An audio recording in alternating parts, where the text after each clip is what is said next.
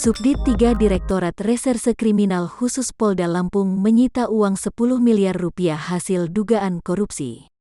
Uang tersebut merupakan bagian dari hasil kerugian negara atas dugaan korupsi proyek pekerjaan konstruksi preservasi rekonstruksi Jalan Ir Sutami Sribawono Lampung Timur. Kabid Humas Polda Lampung Kombes Pol Zahwani Pandra Arsyad mengatakan uang 10 miliar rupiah tersebut hasil penyitaan dari bagian kerugian negara.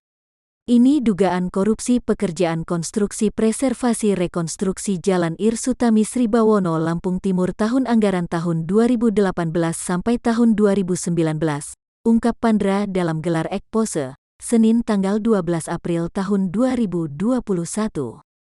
Pandra menuturkan uang 10 miliar rupiah disita dari PT Usaha Remaja Mandiri yang memenangkan paket pekerjaan tersebut.